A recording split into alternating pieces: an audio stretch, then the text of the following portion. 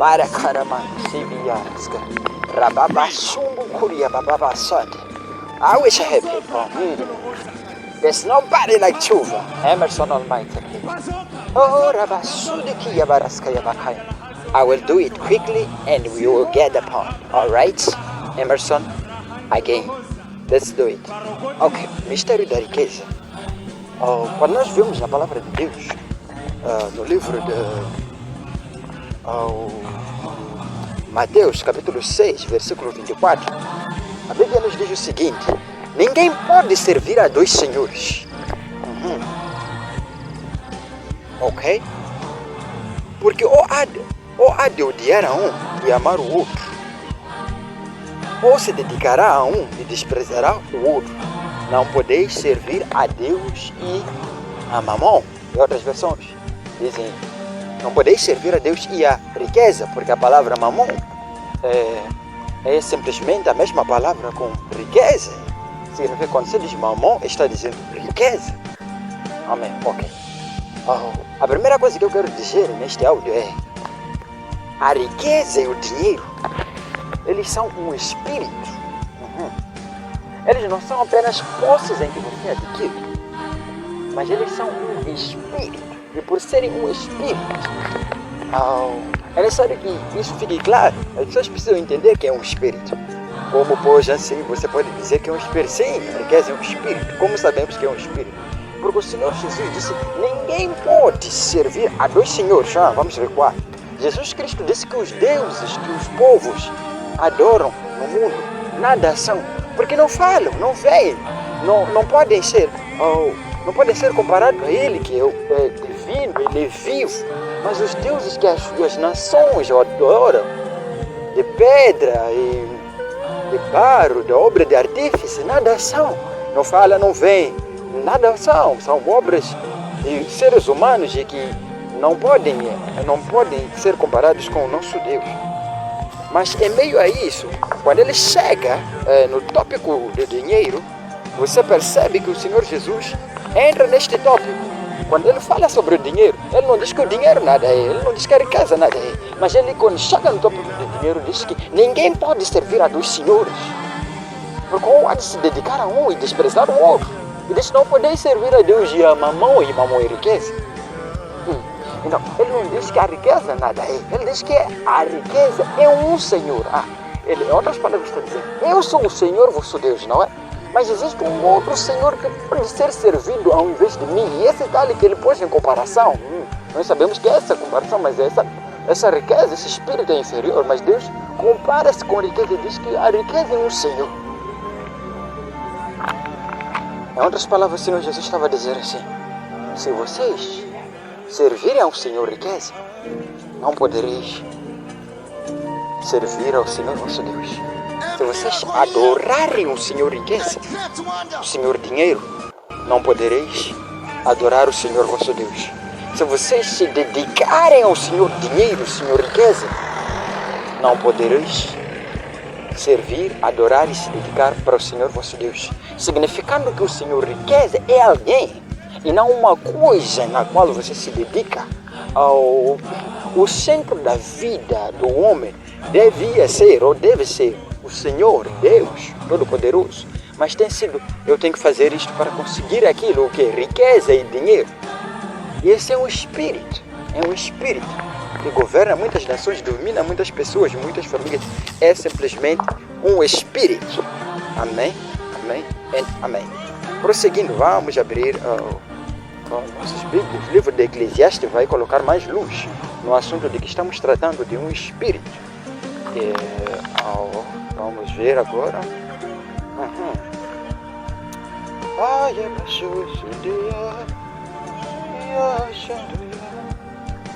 Ok. Vamos ver aqui no livro de Eclesiastes. O que diz Eclesiastes? Eclesiastes, versículo 10, capítulo 10, versículo 19. Diz que para rir se fazem convites, e o vinho alegra a vida, e por tudo o dinheiro responde. Esta é o quê? É a Almeida Revista e Corrigida. Diz o quê? Diz que o dinheiro responde a tudo. Nós sabemos que quem responde a qualquer coisa que acontece no universo é Deus. Mas aqui diz que existe uma outra coisa que também quer se tornar como um Deus, quer se tornar como alguém que deve responder todas as coisas. Ao invés do homem se prostrar e voltar-se a responder às suas petições. Acho que alguém está me entendendo aqui. Ao invés da pessoa olhar para Deus e esperar a resolução dos seus problemas, todos estão voltados num outro Senhor. Qual é? O Senhor riqueza, o Senhor dinheiro. Por isso que ele diz, o dinheiro responde a todas as coisas. Outras versões dizem que o dinheiro atende a todas as coisas. O dinheiro é uma entidade. É por isso que todos os tradutores concordam. A maior parte deles traduz o versículo de Mateus 6, também em Lucas, como eles não colocam mais riqueza, mas colocam mamon, que é para chamar a tua atenção de que Deus estava falando de uma certa entidade. Estava falando da mesma palavra riqueza, mas não tratando como algo, como uma coisa, mas como se fosse uma pessoa, uma entidade. Porque o Senhor Jesus estava explicando a eles que, olha, vocês podem servir a mim, mas também existe uma outra entidade em que vocês podem estar dedicando as suas vidas, dedicando o vosso tempo, dedicando o vosso trabalho, o vosso suor, e que não pode ser, que pode não ser eu, que este é o Senhor riqueza, o Senhor dinheiro. E muita gente vai dizer que está aí, é o que nós dizemos. As igrejas falam de dinheiro, não tem nada de mal de falar de dinheiro na igreja. A Bíblia não diz que o dinheiro é a fonte, é a raiz de todos os males, isso não tem nenhum versículo que diz isso. Mas o que a Bíblia diz, podemos ir para esse versículo. A Bíblia diz que o amor ao dinheiro é a raiz de todos os males. Você pode ter dinheiro e isso é bom. Se você não tem, azar o teu e é necessário que tenha. Ok? A Bíblia diz que o amor ao dinheiro. Isso é Timóteo capítulo 6, versículo 10.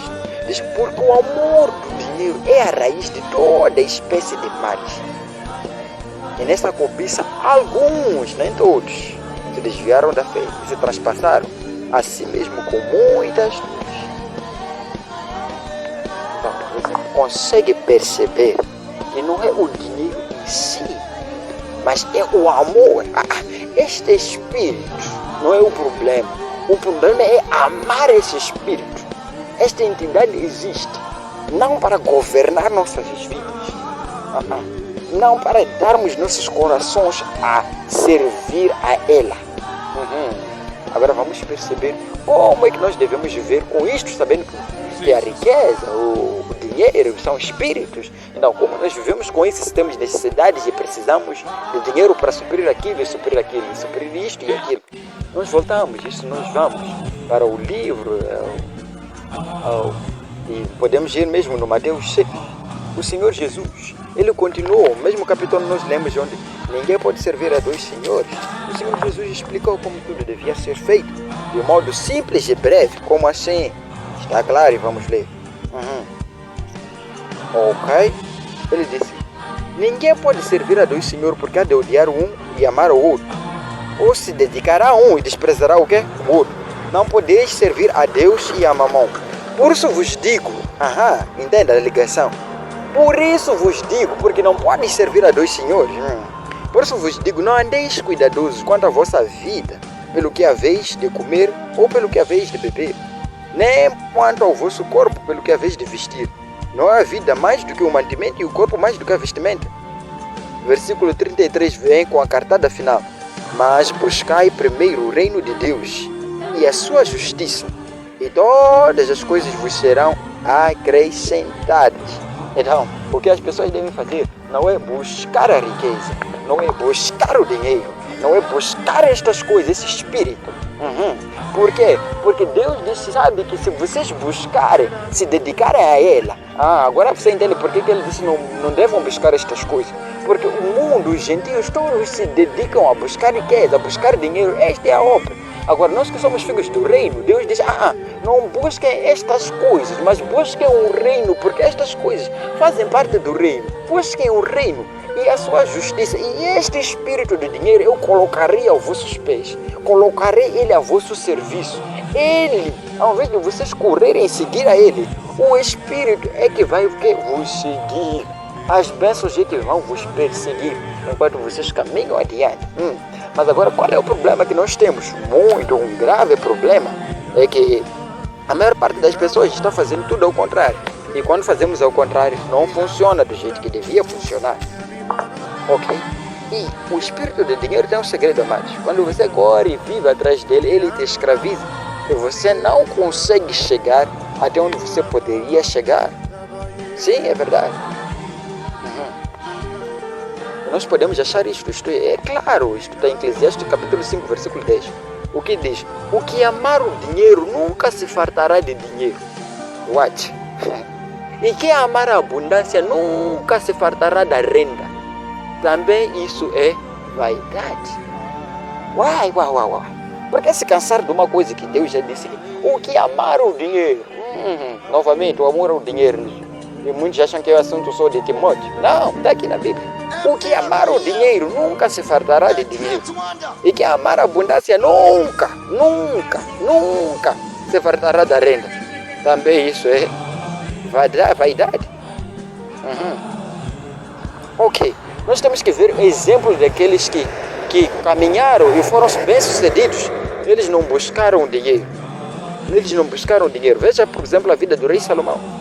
No 1 Reis capítulo 3, a Bíblia diz que e foi o rei a Gibeão para lá sacrificar. O rei Salomão foi a Gibeão para lá sacrificar, porque aquele era o alto grande. 1000 holocaustos sacrificou naquele altar. Salomão deu uma oferta, ele sacrificou no altar. O que acontece no versículo seguinte? E em Gibeão apareceu o Senhor a Salomão de noite, em sonhos, e disse: pede o que quiseres que te dê. Imagine só Deus parando para algumas pessoas dizendo: pede qualquer coisa, e tudo que pedires eu vou te dar. Significa ele te dar um cheque em branco com a assinatura dele, de que qualquer coisa que tu fores escrever no cheque será aprovado. E você sabe que Deus tem tudo, e Deus diz: pede qualquer coisa. Amém? E o que acontece? Alguns iam dizer: eu quero a última Lamborghini, eu quero o último Ferrari, eu quero isso. E o que Salomão pede? Versículo 9, Salomão diz: a teu servo, pois, dá um coração entendido para julgar o teu povo, para que prudentemente discirna entre o bem e o mal. Porque quem poderia julgar a este tão grande povo? Em outras palavras, está a me dizer que Deus me dê a capacidade de fazer a tua obra. O que ele estava fazendo? Buscando o reino de Deus. Salomão o que fez? Disse: dê-me um coração entendido. Para o quê? Para julgar o teu povo. Essa era a obra do Senhor. Esse é o trabalho que o rei devia fazer. Que isto estava voltado ao reino de Deus. Então o que Salomão fez? Buscar o reino e a sua justiça, para julgar o povo, a justiça. E olha o que Deus volta a dizer. E esta palavra pareceu boa aos olhos do Senhor, que Salomão pedisse esta coisa.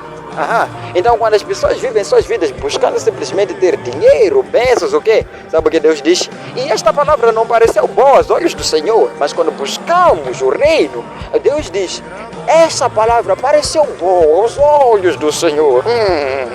I wish I had people here. Aleluia. Versículo onde disse-lhe Deus: por quanto pediste esta coisa, por quanto pediste a favor do reino, né? E não pediste para ti o quê? O Senhor riqueza, o Espírito. Nem pediste a vida dos teus inimigos, mas pediste para ti entendimento para ouvir as causas do juízo. O reino e o quê? A justiça. E o que Deus faz? Eis que fiz segundo as tuas palavras. E mais o quê? E eis que te dei um coração tão sábio e entendido, que antes de ti teu igual não houve, depois de ti teu igual não se levantará. Versículo 13 diz: e também até o que não pediste te dei. As riquezas que não pediu. Vamos agora aqui. E também até o que não pediste te dei. Quem? O Senhor riqueza. Primeira coisa que diz: riquezas, entende? Quando buscamos o reino, o Senhor riqueza, esse espírito, dinheiro, riqueza, ele se torna nosso escravo. Deus o envia para seguir e fazer e obedecer-nos. Assim, riquezas como glória, que não haja teu igual entre os reis por todos os teus dias.